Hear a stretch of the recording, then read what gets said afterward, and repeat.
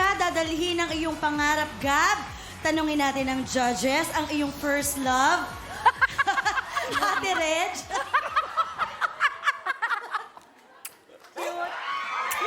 I love you more. I love you more agad. Regine, isasabihin lang po ako sa iyo. Ano yun? Pwede po ikaw lang po iuwi ko sa bahay kasi po si Mama ayaw eh. Marami naman pong kwarto sa amin. Oh my God! Alam mo, tinutunaw mo ang aking puso. Sa totoo lang. Gab, you did so well tonight. Ang galing-galing mo. Nagulat ako. Nagulat ako. Tsaka, alam mo, may technique na siya ha. Para siguradong ma-hit niya yung note, ginagawa niya yung sinaslide niya. That's a technique. And for a 7-year-old, natutunan niya nang gawin yon. I'm very proud of you, sweetheart. Thank you po. Thank you, my love. May love talaga. Oh, I love you too, sweetheart. thank you, Thank you. Ate I love you Reg. more. Ay, ginawa ko. Oh, ito tanongin naman natin si Sir Gary. Okay, Gab, meron akong isang tanong para sa'yo. Kanino ka mas kilig? Kay Bini Colette o kay Tita Regine? Siyempre po kay Ma'am Regine kasi po siya yung love na love ko.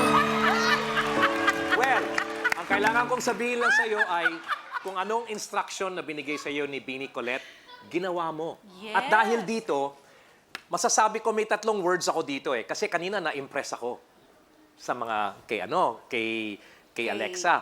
Kay Keisha, I was moved.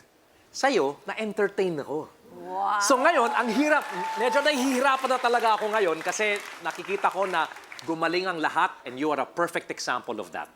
So, congratulations, Gab. Narinig mo silang lahat, nakita mo kaming lahat, totally entertained. Thank you. Thank you po. Thank you, Sir Gary. Thank you sa ating judges. Galingan mo pa talagang talaga. Gab pa more. Eto na.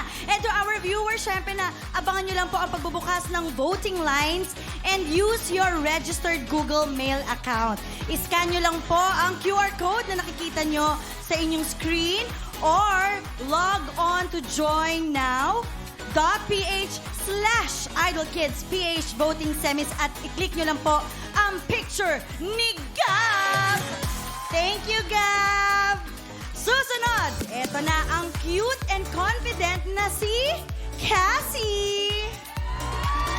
Go, go, go, Cassie! Papanoorin natin syempre ang kanyang performance sa pagbabalik ng Live Semifinals